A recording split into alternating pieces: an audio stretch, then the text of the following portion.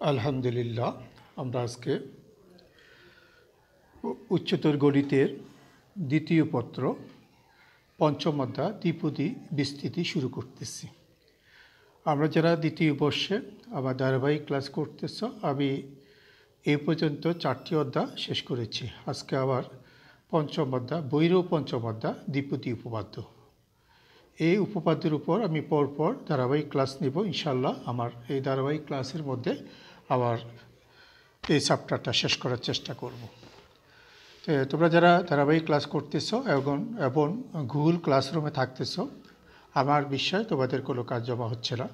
যারা গুগল ক্লাসরুমে যোগ হচ্ছে না, তাদের কিছু কাজ অসম্পূর্ণ থাকবে। তোমরা যদি পরিপূর্ণ সিলেবাস, যেটা আমি যে অধ্যায় পড়াচ্ছি সেটা তুমি ধারাবাহিকভাবে পেতে চাও, তাহলে অবশ্যই গুগল ক্লাসরুমের ধারাবাহিকতা রাখতে হবে। তাই শুধু আমরা ইউটিউবে ভিডিও দেখে আমরা চ্যাপ্টারের পরিপূর্ণতা পাবো না। তাই আমি তোমাদেরকে বলবো, তোমরা প্রত্যেকেই আমার গুগল ক্লাসরুমে অ্যাটেন্ড করবে এবং আমি যে 3টা পর্বে কাজটা ভাগ করেছি, একটা ভিডিও, একটা পিডিএফ ফাইল, আর একটা হলো বাড়ির কাজ জমা দেওয়া। এই 3টি কাজ একত্রে যারা করতেছে ইনশাল্লাহ তাদের কোনো অসুবিধা হচ্ছে না। ঠিক আছে, আমরা আজকে দ্বিপদী বিস্তৃতি শুরু করতেছি। প্রথমে আমি একটু সূত্র আলোচনাটা একটু সংক্ষিপ্তভাবে একদম সহজ করে বলতেছি। এখানে তোমরা 9-এ আরেকটা জিনিস পেয়েছো, প্যাসকেল ত্রিভুজ। প্যাসকেল ত্রিভুজের যে কাজটা, এটা দিয়ে আমি দ্বিপদী উপপাদ্যটা শুরু করতেছি। এখানে দেখা যায়, এখানে একটা ত্রিভুজের মতোই দেখতে আকৃতিটা। আমি এখানে প্রথমে শুরুতে 1 লিখেছি, তারপর ডান পাশে, এ পাশে, বাম পাশে 1, ডান পাশে 1 দিয়েছি। এবার A1 আর A1 এই যোগ করলে যে মানটা হয় এটা নিচে লিখেছি, 1 1 যোগ করলে 2, দুই পাশে 1, আর উপরের পরপর দুইটি সংখ্যা যোগ করে আমি মাঝখানে লিখতেছি।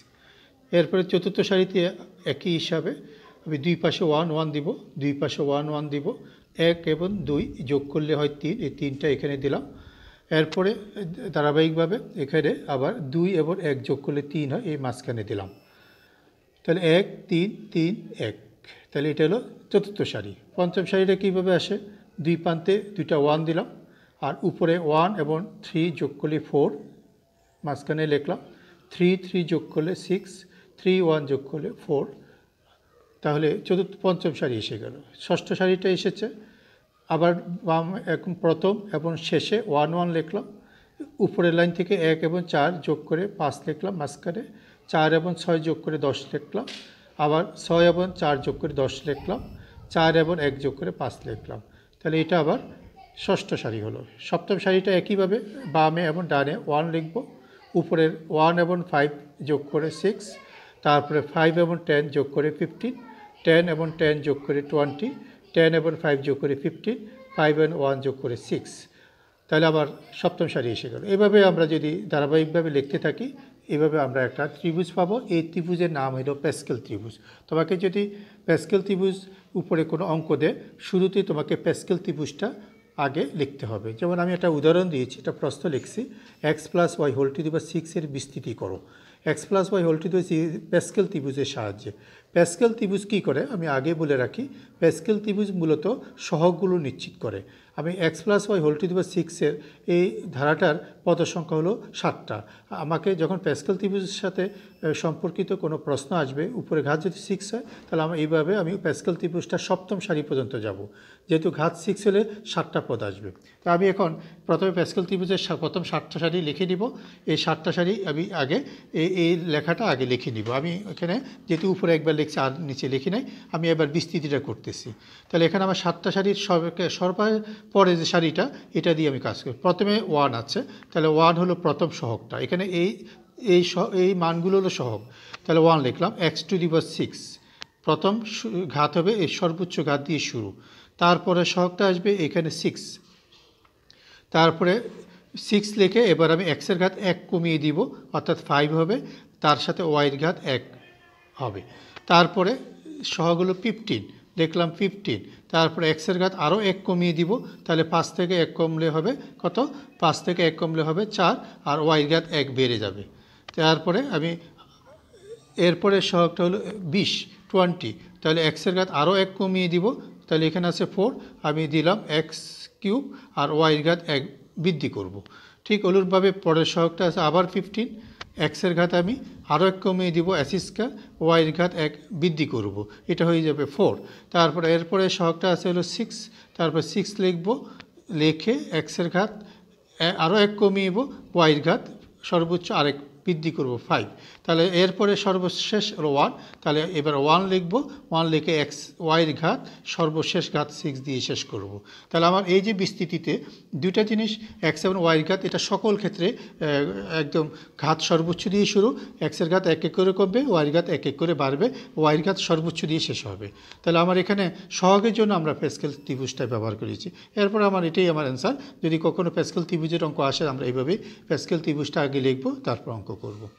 আর এই অধ্যায়ে প্যাসকেল ত্রিভুজ থেকে জাতীয় পরীক্ষা কোনো প্রশ্ন হয়নি। তারপরও পাঠ্য বইতে প্যাসকেল ত্রিভুজের উপর যেহেতু আমার একটা আলোচনা আছে, তাই আমি এখানে প্যাসকেল ত্রিভুজটা একটু বলে নিলাম। এরপরে আসি আমি আবার পরের আরেকটা গুরুত্বপূর্ণ, যে এই অধ্যায়টার নাম হলো দ্বিপদী বিস্তৃতি। দ্বিপদ থেকে দ্বিপদী উপপাদ্য এসেছে। আমি দ্বিপদী উপপাদ্য, যেটার উপর আজকে মূল আলোচনা, আমি সেই উপপাদ্য একটা প্রারম্ভিক কীভাবে উপপাদ্যটা সৃষ্টি হয় তার একটা সংক্ষিপ্ত প্রারম্ভিক বর্ণনা দিচ্ছি। যেমন আমি এখানে একটা লিখছি a plus x whole to the power 1, a plus এক্সই হবে। যদি a plus x whole square লিখি, a square plus 2ax plus s square হবে। a plus x whole cube যদি লিখি, a cube plus 3a square x, 3a square x cube হবে। এভাবে a plus x whole to the power 4 যদি লিখি, a to the power 4 plus 4a cube x plus 6a square s square plus 4a x cube plus x to the power 4 হবে।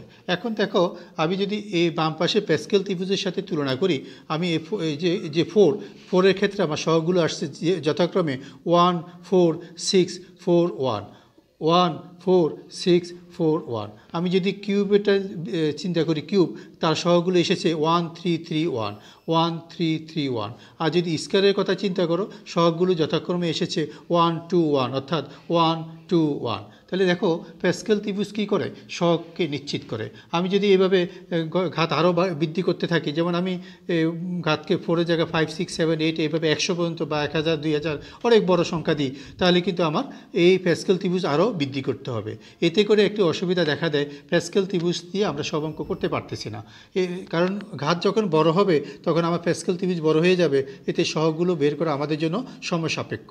এটা আলোচনা প্রেক্ষাপটে, অর্থাৎ এটা অসুবিধা দূর করার জন্য নিউটন এই সহগগুলোকে আরেকভাবে নাম দিয়েছেন। যেমন আমি a plus x whole two the পাওয়ারে যে সহগগুলো যথাক্রমে রেখেছি 1 4 6 4 1, এটা খুব সহজ একটা সম্পর্ক এখানে আছে।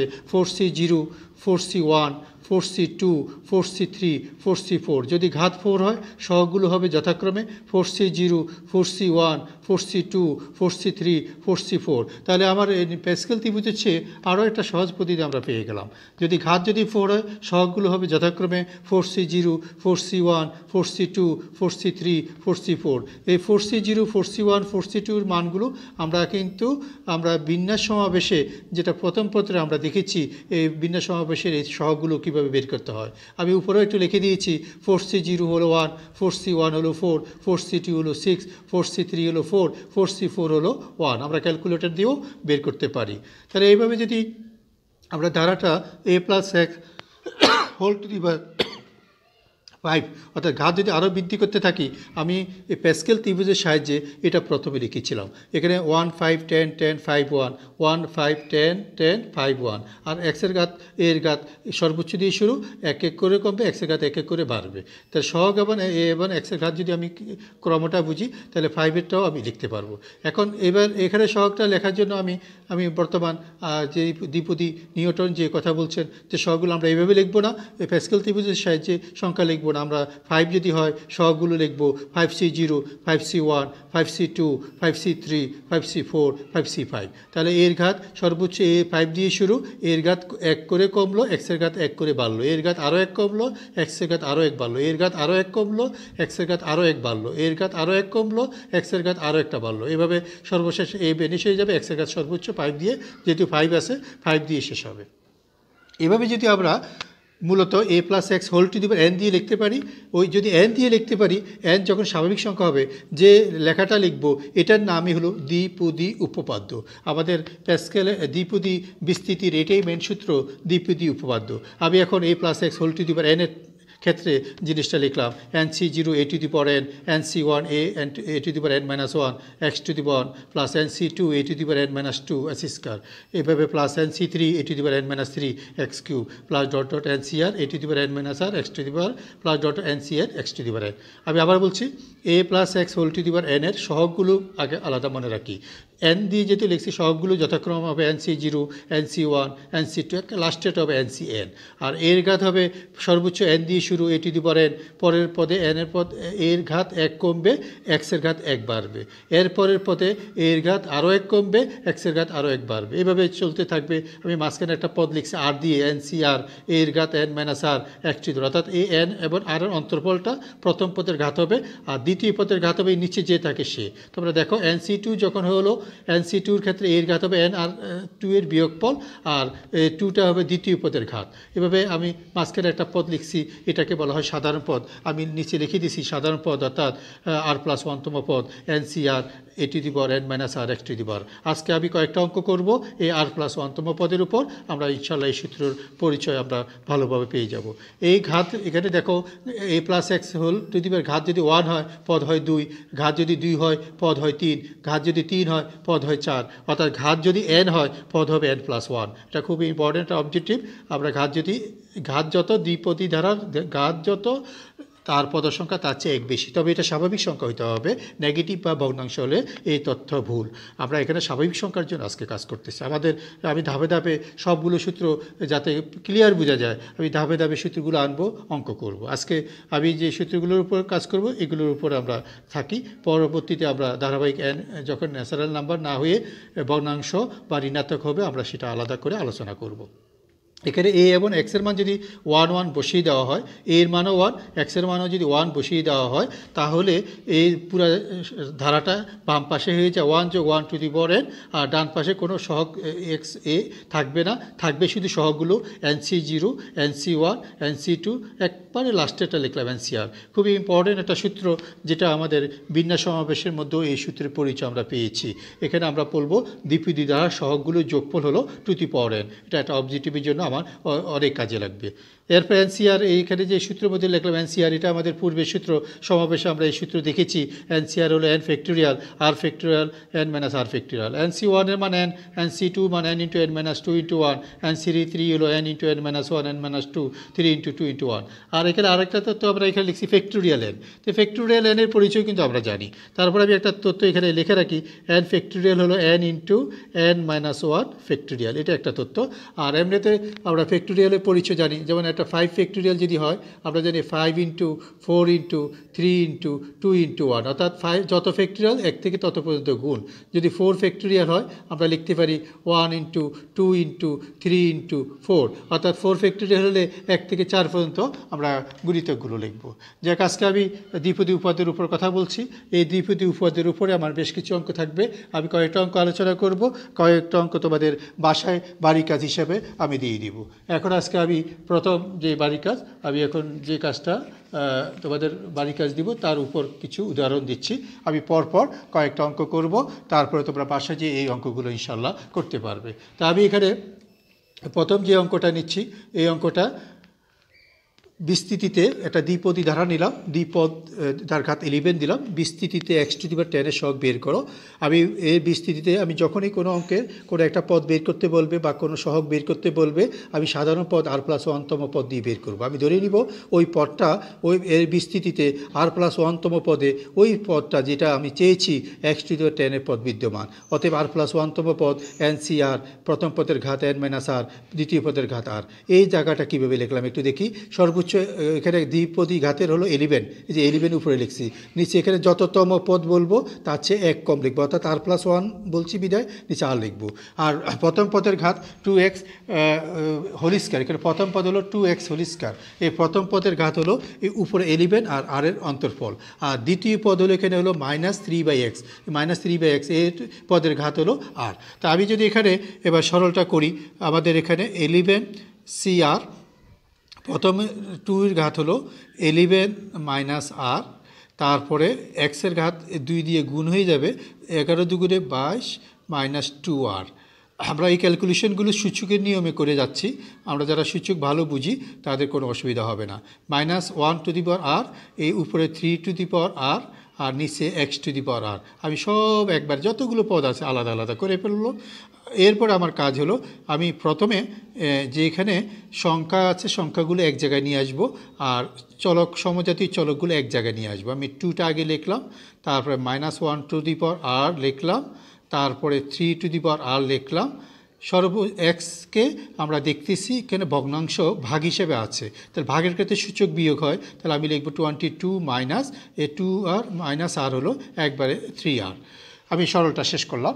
এভাবে প্রত্যেকটা অঙ্কে এই সরলটা করার পর আমি তো কোন পদ চাচ্ছি, আমার এখানে কোন পদ, এখানে x^10 এর পদ। আমি লিখব r+1তম পদে r+1তম পদে x^10 এর পদ বিদ্যমান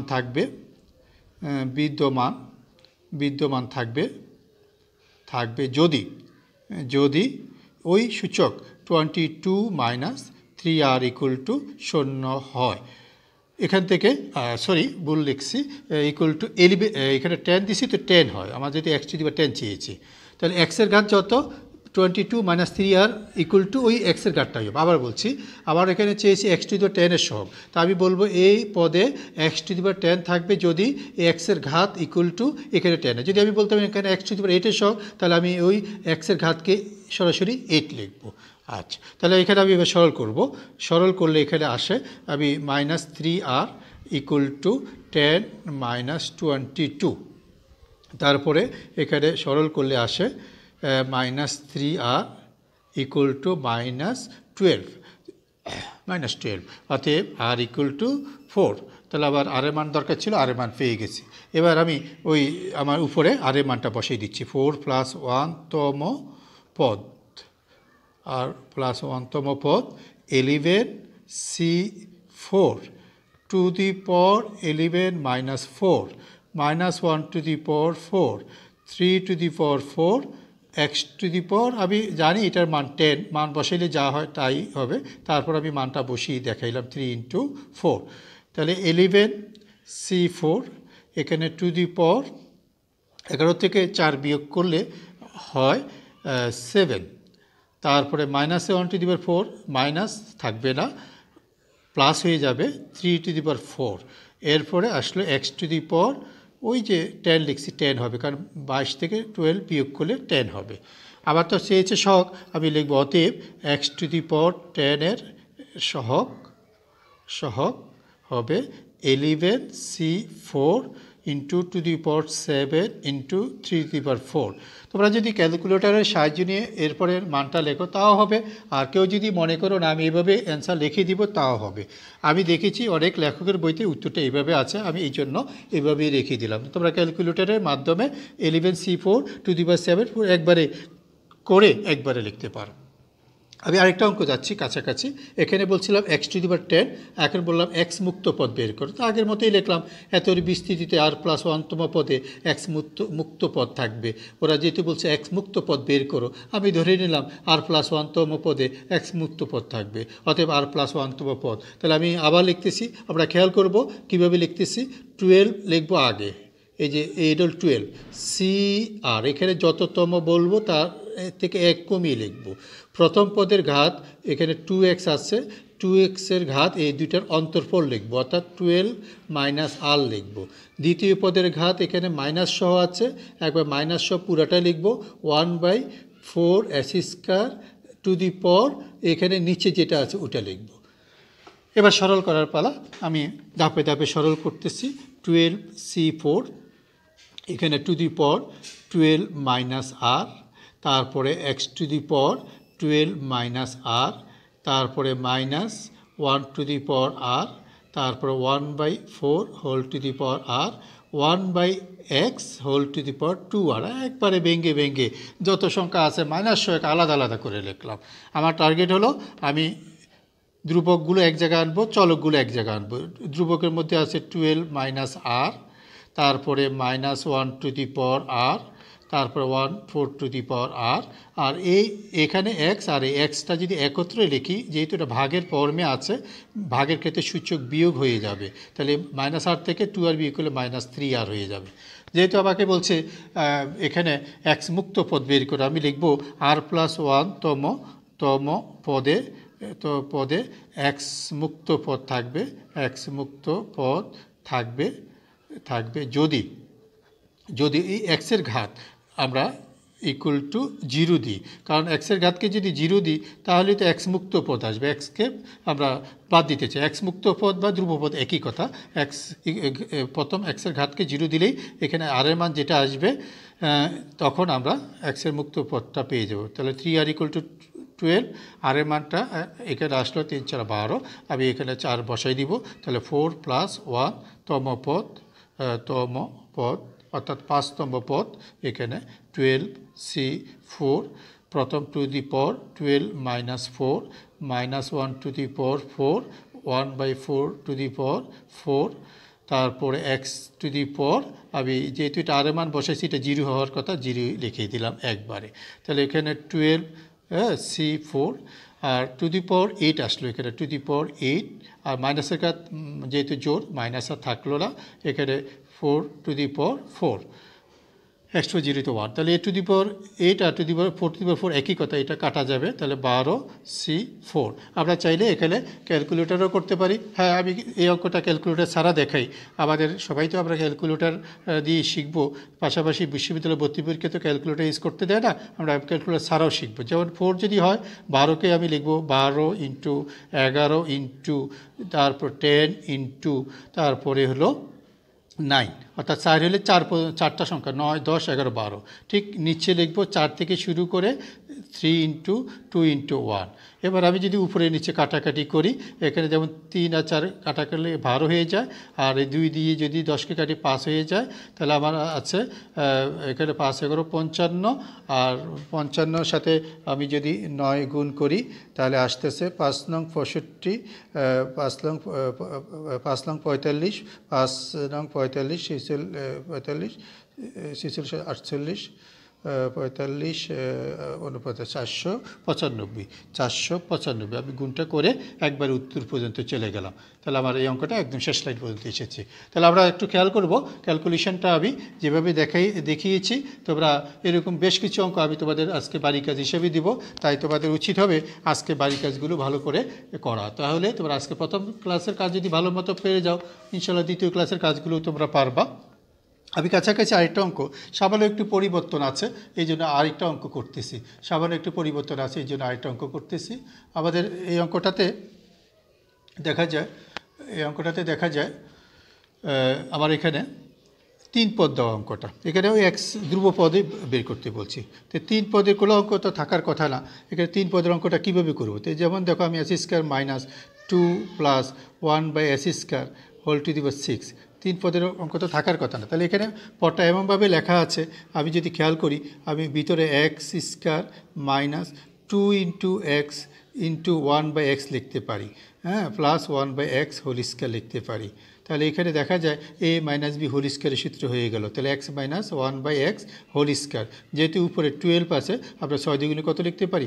12 লিখতে পারি। এখন আমি আগের অঙ্কটার মতো লিখব, ধরি আমার তো x ধ্রুবপদ চেয়েছি, ধরি r+1তম পদে ধ্রুবপদটি বিদ্যমান, হ্যাঁ, পদটি বিদ্যমান, ঠিক আছে, আমরা ধরে নিলাম ধ্রুবপদটা কোথায় আছে। তাহলে এখন ধ্রুবপদ যে ওখানে আছে, আমরা ধ্রুবপদটা r+1তম পদ আগের মতো বের করবো। তো আমি আগের মতো শুরু করলাম, আবার r+1তম পদ, প্রথমে লিখব 12cr, একদম সেম অঙ্ক আরেকটা করতেছি, উপরে 12টা লিখলাম, নিচে cr লিখলাম। প্রথম পদের ঘাত হলো এখানে আসছে 12 - r, অর্থাৎ এই 12 থেকে r বিয়োগ, আর দ্বিতীয় পদের ঘাত এসেছে 1/x whole to the power r। ঠিক আছে, আমরা এবার সলভ করব আগের মতো। 12cr x to the power 12 - r -1 to the power r 1/x to the power r। আমি যদি খেয়াল করি, 12cr -1 to the power r x to the power 12 - 2r, আবার যেহেতু ধ্রুবপদ চেয়েছে, ধ্রুবপদ বলতে এক্স মুক্ত পদকেই বোঝায়, তাহলে আমার ধ্রুবপদের জন্য আমি লিখব অতএব r+1তম পদে পদে পদে ধ্রুবপদ বিদ্যমান, ধ্রুবপদ বিদ্যমান থাকবে যদি আমি লিখি 12 - 2r = 0 হয়, অতএব r = 6। তাহলে আমরা এখানে r এর মান পেয়ে গেছি, অতএব r এর মান বসাই দিব 6 + 1 তম পদ। আমি যদি মান বসিয়ে সরল করি 12c6 - 1⁶ x⁴, এখানে তো আমরা এটা 0 ধরেই কাজ করেছি, তাহলে এখন 12c6 - 1⁶ মানে তো 1, এখন 12c6 এর মান আমি যদি ক্যালকুলেটর ব্যবহার করে আমি মানটা পেয়ে যাব, যেটা আছে এটাই বাদ। এখানে আমি বেশ কিছু কাজ দিব, বাড়ি কাজগুলো আমরা অবশ্যই দেখব, আবার এরপরে অন্তত 10-12টা বাড়ি কাজ থাকবে। তো আজকে আবার এখানে আলোচনা আমরা একদম শেষ প্রান্তে চলে আসছি। আমি আরেকটা অঙ্ক আলোচনা করে আমি তোমাদের এখানে আজকে কাজ শেষ করিয়ে দিচ্ছি। প্রতি ক্লাসে আমি 8 থেকে 10টা অঙ্ক আলোচনা করি, এটা আমার মোটামুটি ধারাবাহিকতা হয়ে গেছে। প্রতি ক্লাসে 8-10টা অঙ্ক আলোচনা করি, কিছু বাড়ি কাজ দিই, কিছু করিয়ে দিই। তো এইভাবে আমি 8-10টা অঙ্ক করার পর আমি যে বাড়ি কাজগুলো দিই, যারা বাড়ি কাজগুলো করে তাদের পরিপূর্ণ নোট হয়ে যাচ্ছে। তো আজকে আমি অনেকগুলো বাড়ি কাজ দিব। আমি এখানে আজকের আলোচনার শেষ অঙ্কে আরও 2টা অঙ্ক আলোচনা করব, এরপর আমি কাজ শেষ করে দিচ্ছি। প্রথমে এখানে শুরুটা একটু ভিন্ন ছিল, এখানেও এক বর্জিত পদ বলেছে, শুরুটা একটু ভিন্ন আছে, অর্থাৎ একটু ক্যালকুলেশন করা লাগবে। অঙ্কটাতে দ্বিপদ নাই, এটা মিশ্রণ করে দিয়েছে অঙ্কটাতে।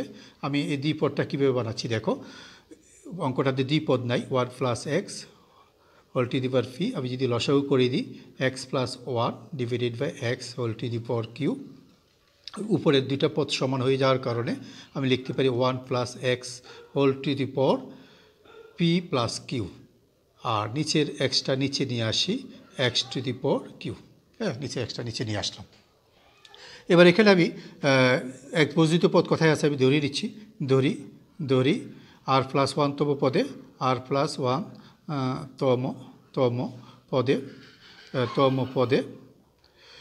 পদে x বর্জিত পদটা আছে, বর্জিত পদ বিদ্যমান। তাহলে বোঝা গেল আমি আজকে যতগুলো অঙ্ক করতেছি প্রতিটা অঙ্কে আমি একই কথা বলতেছি, যে অঙ্কে আসে আমি r+1তম পদটা বের করতেছি। তাহলে এখানেও r+1তম পদটা বের করতেছি, r+1তম পদ।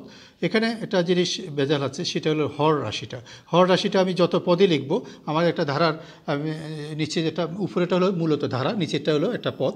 এই উপরের ধারাটা যতগুলো পদ আছে প্রত্যেক পদের নিচে হরটা থাকবে, তাই উপরেটা যে সাধারণ পদ লিখব, সাধারণ পদের সাথেও হরটা থাকবে। তাহলে n বলতে এখানে p + q, তাহলে p + q CR। প্রথম পদের ঘাত হলো 1⁴, প্রথম পদের ঘাত হলো p + q - r, দ্বিতীয় পদের ঘাত হলো x⁴r। আমি চাইলে এই অঙ্কটাতে 1টা না লিখলেও পারতাম, যেন 1-এর ঘাত যতই হয় 1 হয়ে যায়, তাই এটা না লিখলেও পারতাম। তাহলে এখানে p + q CR, এই দুটাকে একত্র করলে হয় x⁴r - q। তা আমার যেহেতু বলছে x মুক্ত পদ, r+1তম পদে x মুক্ত বা x বর্জিত মুক্ত পদ থাকবে যদি এই x-এর ঘাত যেটা আমি লিখেছি যদি r - q = 0 হয়। হ্যাঁ, সুতরাং r = q, তাহলে r এর মান যেটা অজানা ছিল r এর মানটা পেয়ে গেছি, অতএব এটা হলো q + 1তম পদ, অর্থাৎ qটাই r এর জায়গায় বসাই দিলাম। q + 1তম পদ = হবে p + q CQ, আর x-এর ঘাত তো আমি 0 জানি, এটা উত্তর রেখে দেওয়া যায়। কোনো বইতে এই উত্তরটাকে সূত্র ব্যবহার করে আরেক 2টা লাইন লিখেছে, যেমন p + q উপরেরটা ফ্যাক্টোরিয়াল, তারপর আমরা জানি সূত্র নিচেরটা q ফ্যাক্টোরিয়াল, উপরেরটা বিয়োগ নিচেরটা p + q - q ফ্যাক্টোরিয়াল। তাহলে দেখা যায় কোনো বইতে উত্তরটা এভাবে রেখেছে, তা আমি উত্তরটা যেভাবে বইতে আছে সেভাবে নিয়ে আসলাম। আমরা বইয়ের উত্তরটা এইভাবে আছে। জ্যাকেটের উপরে আমি একটা বাড়ি কাজ দিব, ইনশাল্লাহ এটার মতোই একটা বাড়ি কাজ দিব, ইনশাল্লাহ তোমরা বাড়ি কাজটা পারবে। এবার আমি আরেকটা অঙ্ক নিয়েছি, এখানে কোন পদ বের করতে হবে প্রশ্নে বলে দিচ্ছে। এত বিস্তৃতিতে r+1তম পদ, আর মাইনাস ওয়ানতম পদদ্বয় সমান হইলে আর এর মান কত।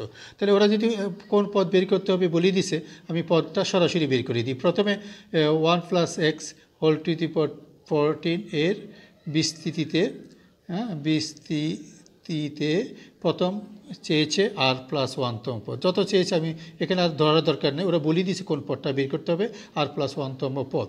তো আমার সূত্র অনুযায়ী উপরে হবে 14 সি আর 1-এর ঘাত যত হয় 1, আমি 1-এর ঘাতটা না লিখলেও পারি, 14 বিয়োগ আর, আর এক্সের ঘাত হলো আর। তাহলে এখানে আসলো 14 C r x to the power r. ঠিক অনুরূপভাবে আরেকটা পদ চেয়েছে 3r - 1তম পদ। আমি এখানে লিখব, উপরে 14 লিখব, নিচে সি লিখব। এখানে যত আছে তার চেয়ে 1 কম লিখতে হবে নিচে, তাহলে 3r - 2 হয়ে যাবে। তাহলে প্রথম 1-এর ঘাত এটা বিয়োগ এটা 1 আর লিখলাম না, এক্স টু দি পাওয়ার এখানে নিচে যেটা থাকে আমরা উপরে সেটা লিখতে হয়। হ্যাঁ, নিচে যেটা থাকে এক্সের ঘাত সেটা লিখতে, এখানে নিচে যেটা আছে উপরে সেটা লিখে দিলাম আর -2। 1-এর ঘাত আর লিখিলে, যেহেতু 1-এর ঘাত যত হয় 1 হয়। তাহলে আবার এই জায়গাটা আবার বলতেছি, 3r - 1তম পদ, এখানে উপরে হবে সূচকটা, এখানে 14 আছে, সি দিয়ে লিখবো, এখানে যত থাকে তার চেয়ে 1 কম।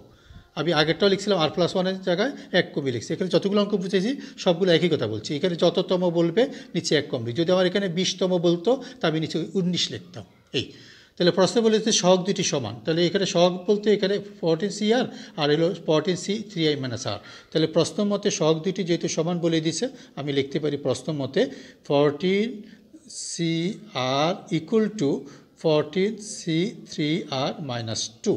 আমাদের ইয়েতে বিন্যাস ও সমাবেশে আমরা একটা সূত্র জানি, NCX সমান যদি NCY হয় তাহলে x আর y এর যোগফল হবে n। NCX = যে NCY হয়, এই x আর y যোগফল হবে n। এই সূত্রটা আমি এখানে প্রয়োগ করব। তো এখানে নিচে দুইটা যোগ করলে, সুতরাং নিচে দুইটা যোগ করলে 3r - 2 = 14। এখান থেকে আমি পাবো 4r = 16, অতএব r = কত, 4। তাহলে আর এর মান চেয়েছে প্রশ্নে, তাহলে এটাই আমার অ্যান্সার। এই আর এর মান চেয়েছে প্রশ্নে, এটাই আমার অ্যান্সার। তাহলে আমি এই জাতীয় অঙ্ক বেশ কয়েকটা দেবো, তোমরা চেষ্টা করবা ওই বাড়ি কাজটা করা। এই বলে আমি আজকে আমার ক্লাস শেষ করতেছি। যতগুলো করে দিলাম, করা অঙ্কগুলো আগে ভিডিওটা ভালো করে দেখবে, তারপরে গুগল ক্লাসরুমে ঢুকবে, গুগল ক্লাসরুমে PDF ফাইল থেকে দেখে করা অঙ্কগুলো করবে। এরপরে তুমি যখন বাড়ি কাজগুলো আমার যেভাবে সিরিয়াল করে দিচ্ছি কাজ, বাড়ি কাজগুলো করে কোনো অঙ্ক সমস্যা হবে আমাকে গুগল ক্লাসরুমে নোটিশ করলে আমি তোমার সেই অঙ্কটা পরবর্তী ক্লাসগুলি করে দেব। তাই আমি আজকে এখানেই শেষ করতেছি। সবাই ভালো থাকো, সুস্থ থাকো। আজকে এই বলে আমার কাজ শেষ করলাম। খোদা হাফেজ।